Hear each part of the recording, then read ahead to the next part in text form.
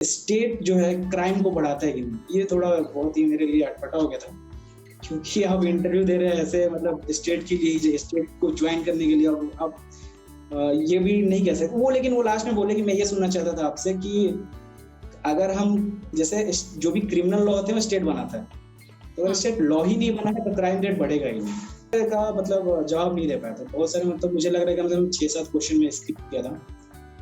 जो one word वाले थे लगभग मैंने स्किप कर दिए थे, क्योंकि वो बहुत ही अजीब-गरीब रहते हैं, तो स्किप करना पड़ता है। जब इंटरव्यू में मतलब एस्पिरेंट्स जाते हैं तो लैंग्वेज का कोई बैरियर है वहाँ? क्या इंग्लिश वाले इंग्लिश में बात करेंगे, हिंदी वाले हिंदी में बात करेंगे? नहीं, बिहार और यूपी में 2 दिया हूँ मैम, मेरा दोनों क्लियर हुआ था। और दोनों में एक चीज है कि वो लोग क्वेश्चन ही हिंदी में पूछते हैं, तो आप अगर ज्यादा बेहतर आप जिसमें कंफर्टेबल हो उसमें जवाब दें, मतलब आंसर निकलना चाहिए फ्लुएंटली, वो ज्यादा मैटर करता है।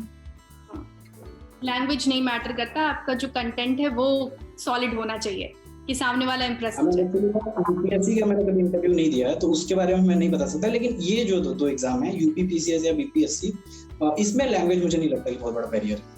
यहाँ तक कि कुछ लोग तो मुझे समझाते थे कि आप हिंदी में ही बोलो, वो ज्यादा बेहतर है, क्योंकि आपको काम करना है ऐसे परिवेश में जहाँ भोजपुरी लोग बोलते हैं ज्यादातर। लेकिन मेरा इंटरव्यू मैम हाफ था, हाफ इंग्लिश था, हाफ हिंदी था, दोनों मतलब थे। इंटरव्यू के कुछ सवाल गौरव जो हमसे आप साझा करना चाहें? हाँ मैम, कुछ सवाल। एक तो अशरफ गनी के बारे में सवाल था कि उनका सिटीजनशिप कहाँ का है। एक मैम दिल्ली का बोर्ड था, तो एक स्टेटमेंट भी उन्होंने दिया था कि दुनिया में सबसे डिफिकल्ट अगर कोई थ्रोन है या पोजीशन है तो वो है अफगानिस्तान का लीडरशिप लेना। ये कौन बोला, उन्होंने नाम नहीं बताया था। और फिर एक मैम थी, उन्होंने पूछा था कि आप उड़ीसा से पढ़े हैं, उड़ीसा की 3 उपलब्धियां बताइए। और मैम एक अफगानिस्तान उस समय एक्चुअली बहुत न्यूज में था मैम, तो अफगानिस्तान पे काफी क्वेश्चन थे और वहां से वो चैन बनते गया कि अफीम का व्यापार कैसे होता है, उसका क्या है तरीका, क्या है सेल कंपनी, क्या है, इसको कौन कंट्रोल करता है। और फिर एक सर थे इकोनॉमिक्स, वो पर्टिकुलर इकोनॉमिक्स से पूछे, तो उसमें उन्होंने पूछा जीएसटी क्या है, ये सब पूछे। फिर लास्ट में पूछे गोल्ड पे जीएसटी लगता है कि नहीं, तो एक तो हो गया। और एक लास्ट में सर थे, उन्होंने बोला था कि स्टेट जो है क्राइम को बढ़ाता है कि नहीं। ये थोड़ा बहुत ही मेरे लिए अटपटा हो गया था, क्योंकि आप इंटरव्यू दे रहे हैं ऐसे, मतलब स्टेट के लिए, स्टेट को ज्वाइन करने के लिए। अब ये भी नहीं कह सकते वो, लेकिन वो लास्ट में बोले कि मैं ये सुनना चाहता था आपसे कि अगर हम जैसे जो भी क्रिमिनल लॉ होते हैं वो स्टेट बनाता है, तो अगर स्टेट लॉ ही नहीं बना है तो क्राइम रेट बढ़ेगा ही नहीं। तो ये थोड़ा सा अजीब था, लेकिन सर ने यही बताया था। लेकिन अब मैं बहुत सारे का मतलब जवाब नहीं दे पाया था, बहुत सारे, मतलब मुझे लग रहा है कि मतलब 6-7 क्वेश्चन में स्किप किया था।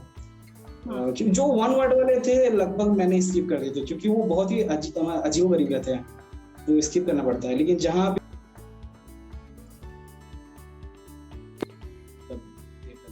बोलो। अच्छा, तो अगर मतलब ऐसा हो कि कोई इंटरव्यू दे रहा हो और कई सवालों के उसे जवाब नहीं आए, तो मतलब उसे ये नहीं मानना चाहिए कि नहीं होगा, मतलब कुछ सवालों के जवाब नहीं आए फिर भी चांसेस हैं, आप टॉप भी कर सकते हैं। हाँ मैम, क्योंकि आप इतना बड़ा स्कोप है ना, वाइड, आप कैसे तैयारी करेंगे ऐसा कि हर सवाल का जवाब दे पाए। अब जैसे मैम ने पूछा कि अशरफ गनी जो है उनकी सिटीजनशिप कौन सी है, तो ये तो मैं कहीं से मैं पढ़ा था अफगानिस्तान बहुत, लेकिन ये कभी नहीं सोचा कि ये पूछा जाएगा। फिर ये नहीं बता पाया, तो फिर बोली मैम की ठीक है उनकी वाइफ किस कंट्री की, ये बताइए। ये भी मुझे नहीं आया। और ये ना इनिशियल क्वेश्चंस थे। तो एक बार मैं 64th में जो इंटरव्यू दिया था ना, तो उसका थोड़ा सा एक्सपीरियंस हो गया था, तो उसका फायदा हुआ कि पहले 64th में था ना, मैं बहुत मायूस हो गया, शुरू में नहीं आया क्वेश्चन। लेकिन इसमें था, मुझे ये था कि कहीं ना कहीं 1-2 क्वेश्चन जहाँ मिलेंगे वहाँ पे अपना जो भी बताना है डिटेल बताऊंगा। तो मार्क्स आने पे पता चला कितने मार्क्स मिले हैं। सवालों के जवाब, लैंग्वेज, इसके अलावा क्या गेटअप, आपका लुक कैसा है, पर्सनालिटी कैसी है, ये सब कुछ भी कुछ मैटर करता है या फिर नहीं मैटर करता? इसके लिए तो मैं सही इंसान नहीं हूँ इसका जवाब देने के लिए, तो जो इंटरव्यू पैनल होगा वो बताएगा सही। फिर भी तैयारी के वक्त तो मतलब आप लोग इस बात का ख्याल जरूर रखते होंगे, मतलब इंटरव्यू वाले दिन क्या आपने क्या पहना, कैसे जाना है, किसे ग्रीट करना है, किस तरीके से ग्रीट करना है, इन सारी चीजों का ध्यान रखते हैं?